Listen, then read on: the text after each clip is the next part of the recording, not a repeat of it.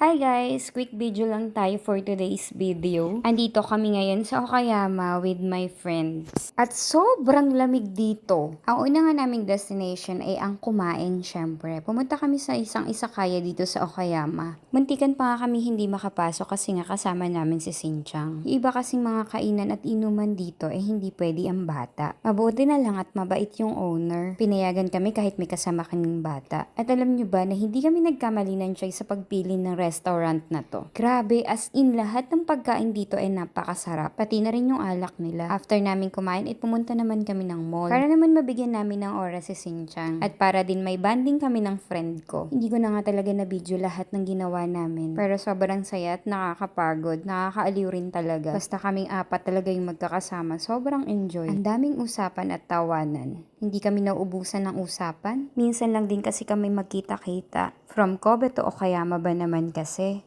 Pero para sa akin, mas okay na rin yung matagal magkita. Nakakamiss kaya. Eto nga't pabalik na kami ng hotel na tutuluyan namin. Hindi ko na rin talaga kinakaya yung lamig. Kaya binilan ako ni daddy netong hot tea na to. Pinasubukan niya sa akin kasi masarap daw to. Pagkapasok nga namin dito ay nagkwentuhan pa kami sa kwarto. Hindi ko na lang talaga na video. So eto na nga, uwian time na. Pabalik na kami ngayon ng Kobe. Nakakabitin yung banding. Pero ganun talaga, mas okay na yun para nakaka-excite pagka nagkita-kita ulit. So hanggang dito na lang yung quick video ko guys. See you on my next vlog. Bye!